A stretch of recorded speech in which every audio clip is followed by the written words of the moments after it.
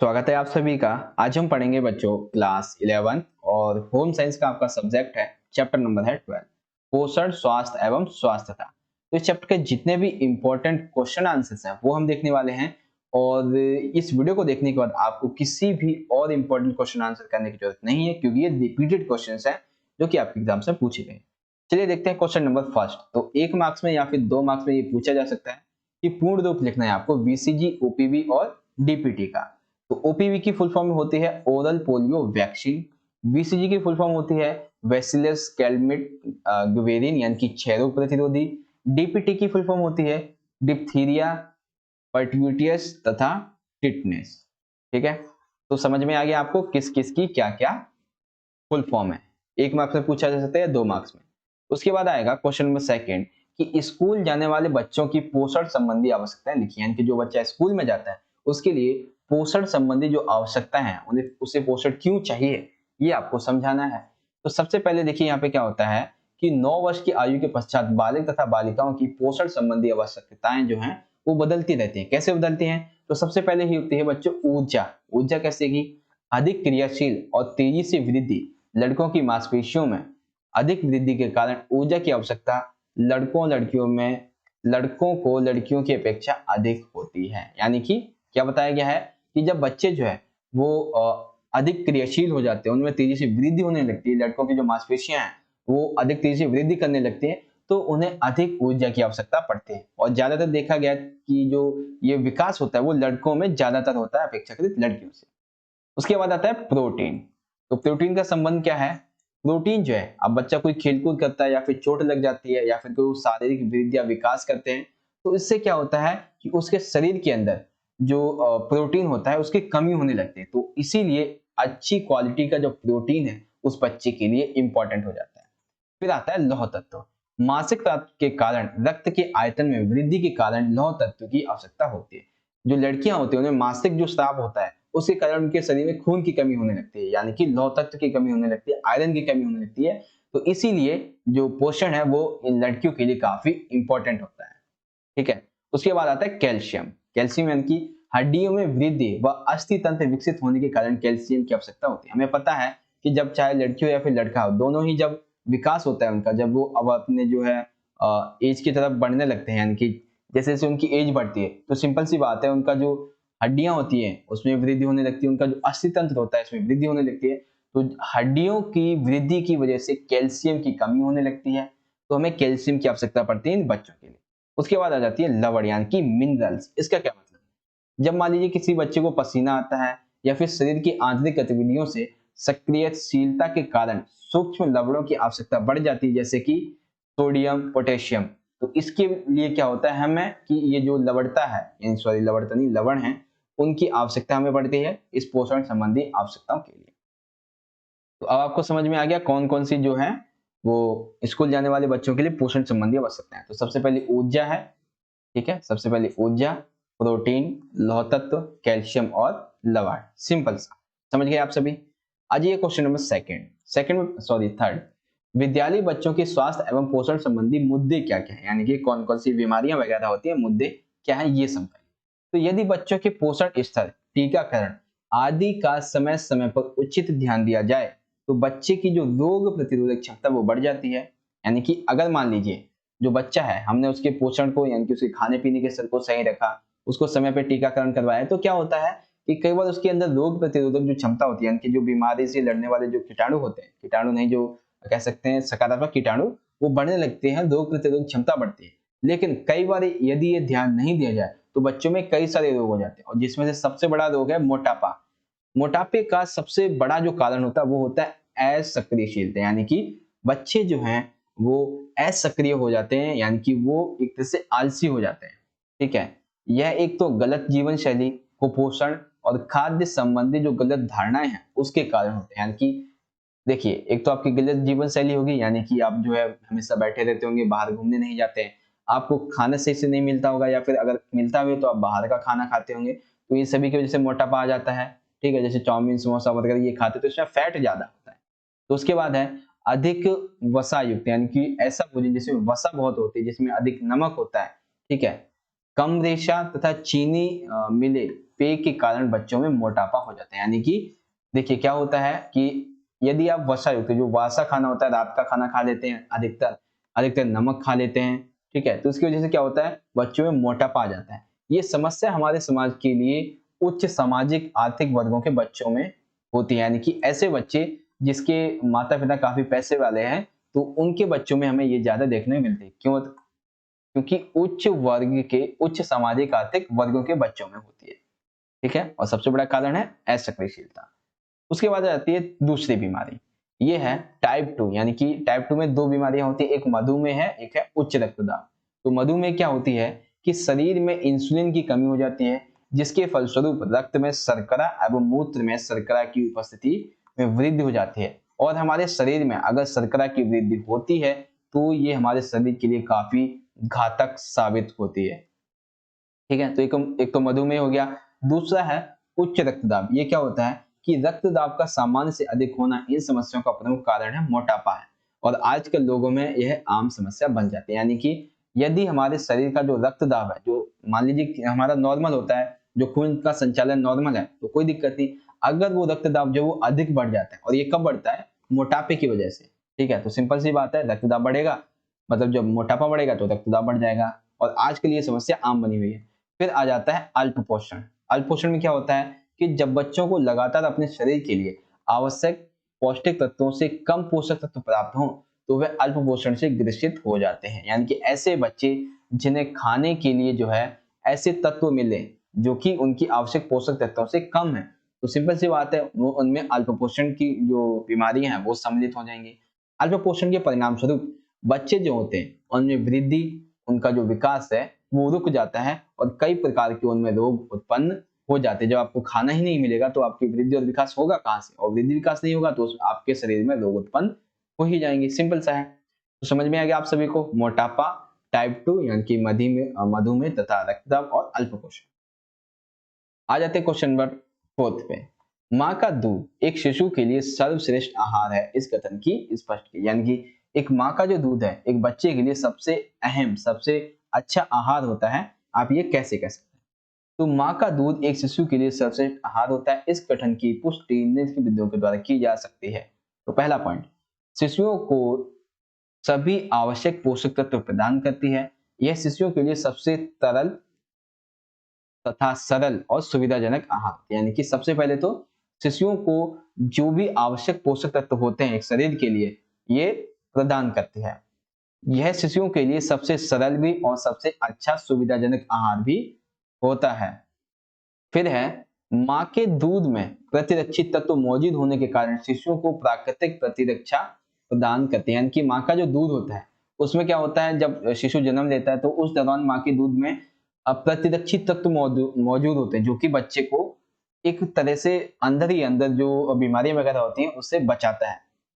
माँ का दूध सभी प्रकार की जो एलर्जी होती है, जो संक्रमण होता है, उससे बच्चे को मुक्त रखता है कुछ समय तक, ठीक है। उसके बाद है, माँ को स्तन एवं अंडाशय के कैंसर से सुरक्षित रखता है तथा हड्डियों को कमजोर होने से बचाता है। यानी कि जो माँ है, उस माँ का जो दूध है वो उन्हीं को ही कैंसर होने से बचाता है और उनकी हड्डियों को कमजोर होने से भी बचाता है। यह माँ तथा शिशुओं के मध्य एक भावनात्मक संबंधों को मजबूत भी करता है। माँ का दूध शिशुओं के लिए लैक्टोल्यूमिनियम यानी कि एक तरह से प्रोटीन है ये, तो उसकी उपस्थिति के कारण अधिक पाचनशील हो जाते हैं। यानी कि जो ये दूध होता है वो बच्चे के लिए काफी अच्छा होता है, काफी पाचन उसका अच्छा कर देता है, ठीक है। तो आपको समझ में आ गया एक माँ का दूध एक बच्चे के लिए किन बिंदुओं के द्वारा अच्छा होता है, हम ये दर्शा सकते हैं। समझ गए क्वेश्चन नंबर 4। चलिए क्वेश्चन नंबर देखते हैं 5।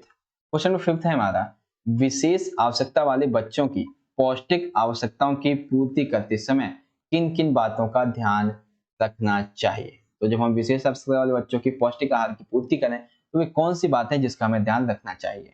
तो देखते हैं भाई, सबसे पहले यहाँ पे देख सकते हैं सबसे पहली विशेषता क्या है। पहला पॉइंट, किसी विशेष आवश्यकता वाले बच्चों के लिए पतले तरल पदार्थ को गाढ़ा किया जा सकता है तथा सूखे अथवा डेलेदार भोजन को टुकड़ों में काटा अथवा मुलायम बनाया जा सकता है, ताकि इसे बच्चा आसानी से निगल सके। यानी कि वे बच्चे जो विशेष आवश्यकता वाले हैं तो उनके लिए जो तरल पदार्थ होते हैं, यानी कि जो पीने लायक होते हैं, ठीक है, तो वो आप दे सकते हैं। कोई अगर ठोस पदार्थ है, ठीक है, तो उसे आप गाढ़ा कर सकते हैं। कोई सूखा पदार्थ है तो उसे सूखा या फिर डेलेदार यानी कि जो दाँत से काटना पड़े या फिर तोड़ना पड़े, ऐसे पदार्थों को आप क्या सकते हैं, काट सकते हैं और उन्हें उस बच्चे के लिए मुलायम भी बना सकते हैं ताकि जो बच्चा है वो उसे आसानी से खा सके। यदि आवश्यकता पड़े तो ट्यूब फीडिंग का भी इस्तेमाल करें, यानी कि ट्यूब फीडिंग जो है उसका भी आप इस्तेमाल कर सकते हैं जब आवश्यकता पड़े तो। कुछ अशक्त बच्चों में मोटे होने की प्रवृत्ति होती है जिससे भोजन करना कठिन हो जाता है, यानी कि हमें ऐसे भोजन को लेकर आना होगा उन बच्चों के लिए जो बच्चे अधिक मोटे हो जाते हैं, तो उनके लिए हमें भोजन जो है वो चेंज करना पड़ेगा। स्वालीनता रोग यानी कि ऑटिज्म, स्वालीनता रोग वाले जो बच्चे हैं इनमें स्वाद व गंध की इंद्रियां परिवर्तित होने के कारण उनके भोजन करने के तरीकों पर बुरा प्रभाव पड़ता है, यानी कि एक रोग होता है जो कि किसकी वजह से होता है, खाने की वजह से, जो कि है एक स्वालीनता रोग। तो ये किस लिए होता है, ये बच्चों में जो स्वाद है, जो गंध है, उसकी जो इंद्रियां वो परिवर्तित हो जाती हैं, जिसकी वजह से उनका जो भोजन है वो ग्रहण करने में उन्हें काफी अच्छा नहीं लगता है, ठीक है, बुरा प्रभाव पड़ता है। स्पौष्टिक बच्चे जो भोजन को ठीक से नहीं पकड़ सकते हैं, उनकी जटिल संरचना वाले खाद्य पदार्थ अप्रिय लगने लगते हैं, इस वजह से उनके भोजन में बदलाव की आवश्यकता होती है। यानी कि देखिए हमें क्या करना है, सबसे पहले तो वे बच्चे जो विशेष अवस्था वाले हैं उनके लिए हमें तरल और गाढ़े पदार्थों को लेकर आना है। सूखे ढेलेदार जो भोजन होते हैं उसको काट के मुलायम बना दिया जाए, ठीक है। हम ट्यूब फीडिंग का इस्तेमाल कर सकते हैं। जो मोटे बच्चे हैं उनके लिए हमें भोजन को चेंज करना होगा। जिन बच्चों को स्वालीनता रोग है तो उन्हें हमें ऐसे भोजन खिलाने होंगे जो कि उनकी स्वाद व गंध की इंद्रियों को परिवर्तित ना करें। जो स्पौष्टिक बच्चे हैं, ठीक है, जो खाने को सही से पकड़ नहीं सकते हैं या फिर अप्रिय लगता है, तो हमें उनके लिए कुछ खाने को चेंज करना होगा। तो ये होता है विशेष अवस्था वाले बच्चों के लिए पौष्टिक आवश्यकता की पूर्ति, इस तरह से आप कर सकते हैं। आ जाते हैं क्वेश्चन नंबर 6 पे, काफी इंपॉर्टेंट है, छोटा सा प्रश्न है, 3 या 4 मार्क्स का कह सकते हैं आप इसे।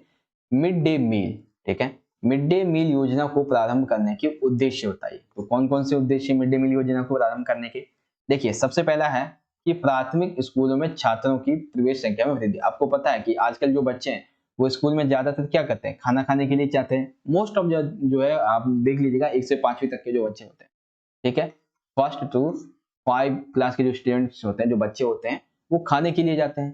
प्राथमिक स्तर पर अपव्यय को रोककर बालकों बालिकाओं को प्राथमिक स्कूलों में रोक के रखना है, यानी कि जो मिड डे मील है वो एक तरह से बच्चों को एक कह सकते हैं लालच देता है। लालच कैसा, कि अगर यहाँ पे आएंगे तो आपको पढ़ाया भी जाएगा, साथ ही साथ आपको खाने के लिए भी दिया जाएगा। छात्रों की एक नियमित जो उपस्थिति है उसमें वृद्धि करने के लिए इस योजना को आरंभ किया गया था। छात्रों को जो पौष्टिक भोजन है अगर उनमें घर पे नहीं मिलता है तो उन्हें हम स्कूल में पौष्टिक भोजन दे सकते हैं और उनके स्वास्थ्य की जो देखभाल है वो भी हम कर सकते हैं। साथ ही साथ बिना किसी भेदभाव के हम एक साथ भोजन करते हैं। मिड डे मील का जो सबसे बड़ा जो एक कह सकते हैं है कि जो प्रभाव है वो क्या है, या फिर उसका उद्देश्य जो वो ये है कि इसमें भेदभाव नहीं होता है, ठीक है। सभी बच्चे एक साथ बैठकर भोजन करते हैं जिसके तहत भ्रातृत्व यानी कि भाईचारे की जो भावना होती है वो उत्पन्न होती है और जाति भेद खत्म होता है, ठीक है। तो आपको समझ में आ गया मिड डे मील योजना किस इसको प्रारंभ करने के उद्देश्य क्या कहते हैं। सबसे आखिरी प्रश्न है बच्चों कि आपका भाई 10 वर्ष का है, उसको भोजन संबंधी आदतें जो है वो लगातार बदलती रहती हैं।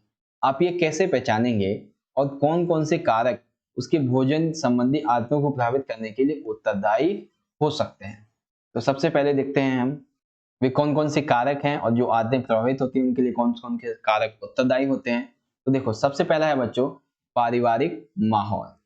यह बच्चों की भोजन संबंधी आदतें, पसंद नापसंद उसको प्रभावित करता है, इसलिए माता पिता को पोषण से संबंधित ज्ञान होना बहुत आवश्यक है। यानी कि देखिए बच्चे जो हैं उनके खाने पीने की आदतें बदलने का सबसे बड़ा कारण होता है पारिवारिक माहौल। क्यों, क्योंकि जब माता पिता को ही पोषण से संबंधित जो खाद्य पदार्थ है उनका ज्ञान नहीं होगा तो सिंपल सी बात है उनकी जो बच्चा है उसके भोजन संबंधी आदतें और नापसंद प्रभावित हो ही जाएंगी, सिंपल सा है। उसके बाद आती है मीडिया। विभिन्न प्रचार माध्यमों के द्वारा खाद्य पदार्थों को इतना आकर्षक ढंग से प्रचार प्रसार होता है कि वह बच्चों की पसंद नापसंद को प्रभावित करता है। यानी कि आजकल क्या होता है कि जो मीडिया होती है वो किसी भी खाने को लेकर, मान लीजिए अगर हम बात कर लेते हैं समोसे की, ठीक है, तो समोसे को आजकल बहुत ज्यादा लोग खाने लगे हैं। वही अगर हम बात करें चाय की तो ये बहुत इंपॉर्टेंट हो गई आजकल के युवा पीढ़ी के लिए, ठीक है।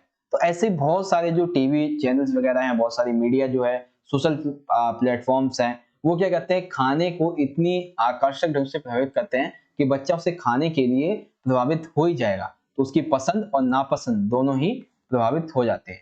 परंतु इनमें से बहुत से पदार्थ पौष्टिक आवश्यकताओं के अनुरूप नहीं होते हैं, इन्हें खाने के बाद भूख लगती है। यानी कि इसमें क्या होता है कि ये जो पदार्थ होते हैं ये तो ना तो पौष्टिक होते हैं और पौष्टिक नहीं भी हैं, और साथ ही साथ इसे आप कितना भी खा लीजिए फिर भी आपको भूख तो लगनी ही लगनी होती है। ठीक है, उसके बाद आ जाते हैं मित्र। तो मित्र कैसे प्रभावित करते हैं, जब बच्चा जो है, ये तो खैर आप सभी को ही पता होगा कि जब जो बच्चा है वो अपने हम उम्र के बच्चों के यानी कि अपने दोस्तों के साथ में संपर्क में आता है, तो उसकी भोजन संबंधी जो प्राथमिकताएं होती है वो क्या हो जाती है कि जो बच्चा अपने मित्र को खाता हुआ जो देखेगा, मेरा मेरा दोस्त जो है वो घी से रोटी खाता है तो मैं भी घी से रोटी खाऊंगा, मेरा दोस्त जो है वो डेली शाम को 10 आलू खाता है, सुबह सुबह शाम उबले हुए, तो मैं भी खाऊंगा।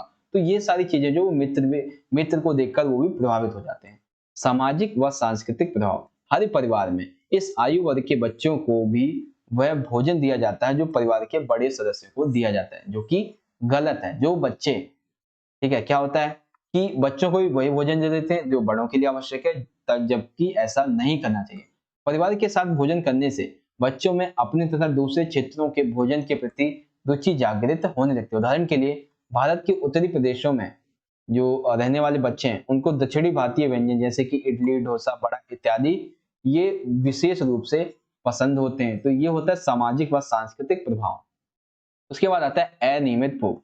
कई बार जो बच्चा है वो एक समय का भोजन अच्छी तरह से खा लेता है जबकि दूसरे समय के भोजन को मना कर देता है, तो ये चिंता का विषय नहीं होता क्योंकि यह एक अस्थायी मनोदशा होती है। इस समय हमें उसे या तो ना तो कोई दंड देना चाहिए, नहीं तो उसके साथ कठोरता से पेश करना चाहिए। ठीक है, क्यों? क्योंकि ये जो है अनियमित भूख ये एक अपने आप में अलग ही बात होती है। ठीक है, तो पारिवारिक माहौल, मीडिया, मित्र, सामाजिक व सांस्कृतिक विकास और अनियमित भूख। तो इससे आपका इंपॉर्टेंट क्वेश्चन खत्म। चलिए सभी क्वेश्चन आपको दोबारा से दिखा देता हूँ। बीसीजी, ओपीबी, डीपीटी पूरा नाम। स्कूल जाने वाले बच्चों के लिए पोषण संबंधी आवश्यकताएं लिखिए। ऊर्जा, प्रोटीन, लौह तत्व, कैल्शियम और लवण। विद्यालय संबंधी बच्चों के जो स्वास्थ्य और पोषण संबंधी मुद्दे हैं, जो बीमारी हैं वो क्या है, मोटापा है, टाइप 2 में मधुमेह तथा उच्च रक्तदाब है, अल्पपोषण है। माँ का दूध एक बच्चे के लिए सर्वश्रेष्ठ आहार होता है, किस तरह से आप इसका वर्णन करेंगे। विशेष आवश्यकता वाले बच्चों के लिए जो पौष्टिक आवश्यकताएं होती हैं उसका वर्णन करते समय हमें किन बातों का ध्यान रखना चाहिए। मिड डे मील योजना का जो प्रारंभ है वो किन उद्देश्यों से हुआ था।